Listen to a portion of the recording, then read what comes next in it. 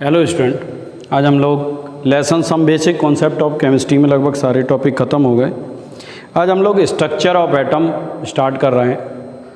Structure of atom में सब लोगों को पता होगा कि जो एटम होता है एक स्फेरिकल होता है। इस एटम के अंदर एक न्यूक्लियस होता है। इस न्यूक्लियस में न्यूट्रॉन और प्रोटॉन रहते हैं, जबकि उसके चारों ओर इलेक्ट्रॉन रिवॉल्व करते हैं। तो एक एटम में जो फंडामेंटल पार्टिकल रखे गए हैं वो रखा गया है इलेक्ट्रॉन, प्रोटॉन और न्यूट्रॉन। इलेक्ट्रॉन, प्रोटॉन, न्यूट्रॉन के बारे में डिस्कवरी जो है वो अब सिलेबस से ख़त्म हो चुकी है। इलेक्ट्रॉन, प्रोटॉन, न्यूट्रॉन के बारे में थोड़ी जानकारी इसमें इतनी रख लें। पार्टिकल का नेम जैसे इलेक्ट्रॉन है, प्रोटॉन है, न्यूट्रॉन। तो इलेक्ट्रॉन, प्रोटॉन और न्यूट्रॉन का जो मास होता है वो मास कितना रखा है 9.108 इंटू 10 टू द पावर -31। हम ये केजी में ले रहे हैं। -31 केजी, इसका 1.672 into 10 to the power -27 KG और इसका 1.6748 into 10 to the power -27 KG. तो ये सब केजी में ले रहे हैं। इस पे चार्ज कितना रखा गया है? देखो, इलेक्ट्रॉन, प्रोटॉन और न्यूट्रॉन, इन पर देखो इलेक्ट्रॉन नेगेटिव चार्ज का होता है, प्रोटॉन पॉजिटिव चार्ज में होता है और न्यूट्रॉन जो है न्यूट्रल नेचर का होता है। अगर हम बात करें इसकी डिस्कवरी किसने की थी, तो अगर डिस्कवरी की बात करें तो electron discovered by Thomson, sir J Thomson ने इसकी डिस्कवरी की थी। प्रोटॉन की रदरफोर्ड ने और न्यूट्रॉन की चैडविक ने।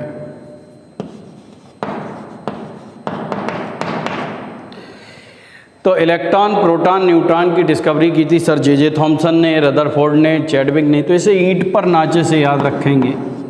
ईंट पर नाचे, E means electron discovered by Thomson, P means proton discovered by Rutherford, N means neutron discovered by Chadwick। इसके बाद रिप्रेजेंट अगर हम करते हैं -1e, ये इलेक्ट्रॉन पे चार्ज होता है, प्रोटॉन 1p1 कह दो, न्यूट्रॉन 0n1। चार्ज अगर हम इसके देखते हैं तो इलेक्ट्रॉन पे -1.6 into 10 to the power -19 coulomb, plus 1.6 into 10 to the power -19 coulomb, और ये न्यूट्रल नेचर है यानी जीरो कह सकते। तो ये कुछ जानकारी इलेक्ट्रॉन, प्रोटॉन और न्यूट्रॉन के बारे में है। अब इलेक्ट्रॉन हमेशा रहता है न्यूक्लियस के चारों ओर और न्यूक्लियस के अंदर रहते हैं न्यूट्रॉन और प्रोटॉन। अच्छा, सबसे पहले कोई भी अगर जैसे एटम है, इस एटम में सपोज एक सोडियम एटम ले लिया Na, इसका एटॉमिक नंबर 11 और एटॉमिक वेट 23 है। तो जिसका जितना एटॉमिक नंबर होता है, एटॉमिक नंबर, उसमें उतने ही नंबर ऑफ इलेक्ट्रॉन होते हैं और उसमें उतने ही नंबर ऑफ प्रोटॉन होते हैं। और न्यूट्रॉन की संख्या अगर निकालनी है, नंबर ऑफ न्यूट्रॉन अगर कितने एटम में प्रेजेंट हैं, ये क्या करेंगे, एटॉमिक वेट में से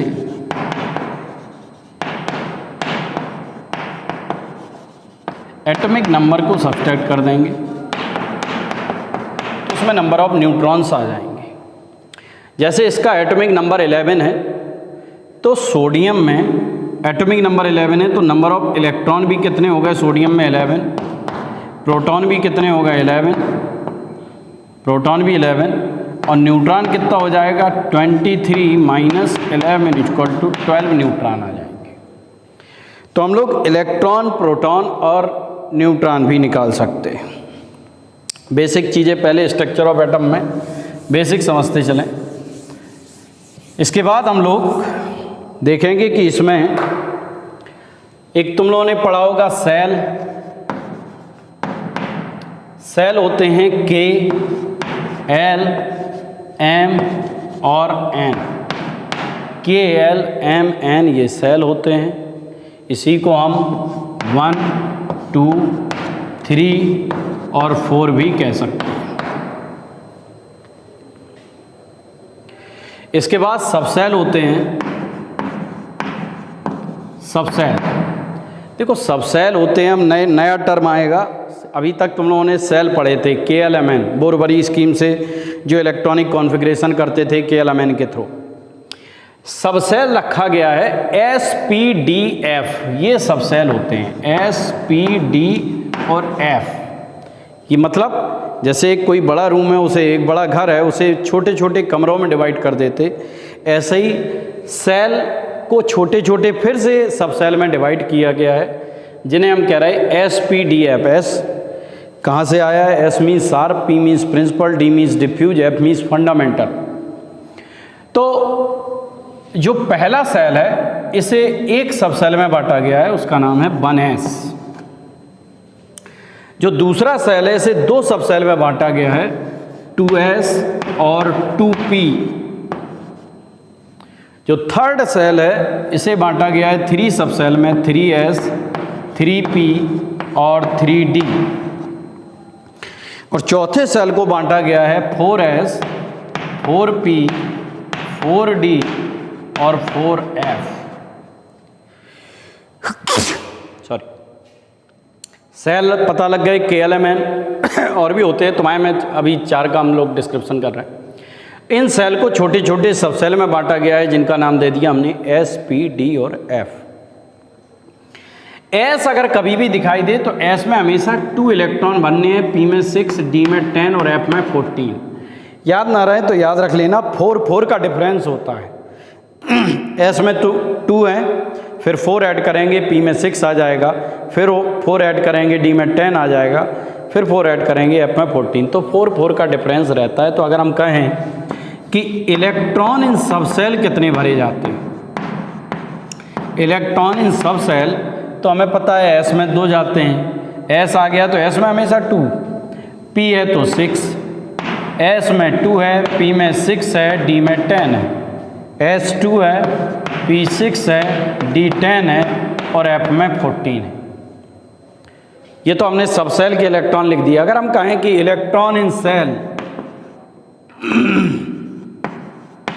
इलेक्ट्रॉन इन सेल, सेल में कितने इलेक्ट्रॉन जा रहा है, तो अब टोटल बताओ कि पूरे K में टोटल कितना गया, 2 इलेक्ट्रॉन। पूरे L में कितना गया, 6 + 2 8, ये कितना 10 + 6 + 2 18 और इधर हो गया 32। तो ये तो पढ़ा होगा बोरबरी स्कीम से, जब कॉन्फ़िगरेशन करते थे तो 2, 8, 18, 32 के अकॉर्डिंग ही तो भरते थे। तो अगर हम कहें कि बताओ K में कितने इलेक्ट्रॉन भरते हैं, 2, सेल की बात कर रहे हैं।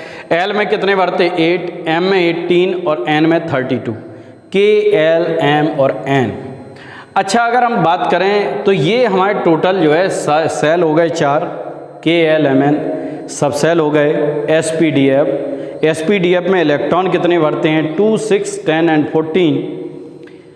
अगर सेल 1 है तो इसे एक सब सेल में बांटा गया 1S, 2 है तो 2S, 2P, 3 है तो 3S, 3P, 3D और 4 है तो अगर 4S, 4P, 4D और 4F। थोड़ा एक बात करें हम ऑर्बिटल्स की। देखो, सेल थे बड़े, उसे फिर से सबसे छोटे में डिवाइड किया गया, नाम दे दिया सब सेल।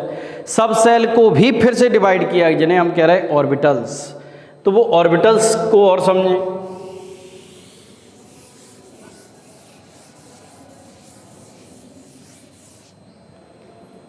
ऑर्बिटल्स का मतलब यहाँ है, जैसे अभी हमने कहा कि सेल, सब सेल जो थे वो सब सेल क्या थे, S, P, D और F।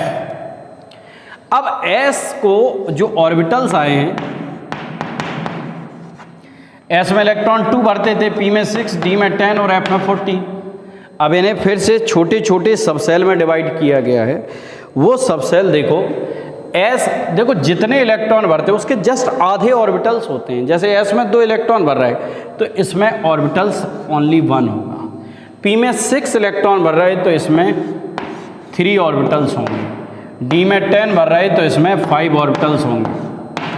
और एफ में 14 भर रहा है तो इसमें 7 ऑर्बिटल्स होंगे। ऐसा क्यों होता? क्योंकि एक ऑर्बिटल्स में 2 इलेक्ट्रॉन भरते हैं और वो भी अपोजिट स्पिन में। अगर जैसे एक का स्पिन ऊपर है तो एक का नीचे होगा। 6 इलेक्ट्रॉन भरने हैं तो भरने का भी तरीका सीखो कि इकट्ठे एक बार में डबल नहीं करेंगे, पहले एक एक ऊपर डालेंगे। 1 2 3 4 5 6। आगे चल के इस रूल का नाम होल्ड्स रूल होगा। जैसे 10 भरने हैं तो भरने का तरीका क्या है? 1 2 3 4 5 6 7 8 9 10। 14 भरना है तो 1 2 3 4 5 6 7 8 9 10 11 12 13 14। इस टाइप से तो हम कह सकते हैं कि जो सबसेल होते हैं, सबसेल के जितने भी जो सबसेल है, जैसे एस में 2 इलेक्ट्रॉन भरते हैं तो उसी के जस्ट आधे ऑर्बिटल्स रखे गए हैं। तो एस में 1 ऑर्बिटल होता है, पी में 3 ऑर्बिटल्स होते हैं, डी में 5 ऑर्बिटल्स होते हैं और एफ में 14 ऑर्बिटल्स होते हैं। तो इस टाइप से हम लोग ऑर्बिटल्स को कैलकुलेट कर सकते हैं। अब इसमें इस लेसन में हम लोगों को काफ़ी चीज़ें पढ़नी है, जैसे हुंड का रूल, हुंड्स रूल है, पाउली का रूल है, आफबाउ प्रिंसिपल है जिसके थ्रू हम लोग इलेक्ट्रॉनिक कॉन्फ़िगरेशन बनाते हैं, डुअल नेचर ऑफ इलेक्ट्रॉन है, क्वांटम नंबर्स हैं। ये सारी चीज़ें हम लोग पढ़ेंगे। तो सब चीज़ों का बेसिक जो है वो सबसे पहले तुम लोगों को इलेक्ट्रॉनिक कॉन्फ़िगरेशन आना चाहिए। बोरबरी स्कीम से सब लोग बना लेते होंगे 2 8 18 32 से, वो 10th तक है। लेकिन अब हम लोग 11th में आफबाउ प्रिंसिपल की हेल्प लेंगे, यानी जिसमें SPDF के थ्रू इलेक्ट्रॉनिक कॉन्फ़िगरेशन चलता है। तो SPDF के थ्रू इलेक्ट्रॉनिक कॉन्फ़िगरेशन अब हम लोग डिटेल में पूरा, ये तो एक बेसिक चीज़ें हो गई कि सेल क्या है, सब सेल क्या है, ऑर्बिटल्स क्या हैं, सब सेल में कितने इलेक्ट्रॉन भरते हैं, सेल में कितने भरते हैं, किस सब सेल में कितने ऑर्बिटल्स होते हैं, और तरीका भी भरने का है। पहले एक एक अपवर्ड भरेंगे, देन डाउनवर्ड इलेक्ट्रॉन का पेयरिंग कर सकते हैं। तो हम लोग कल से जितने भी रूल हैं, क्वांटम नंबर है, आफबाउ है, ये सारे बेस्ड हैं जो किस पे?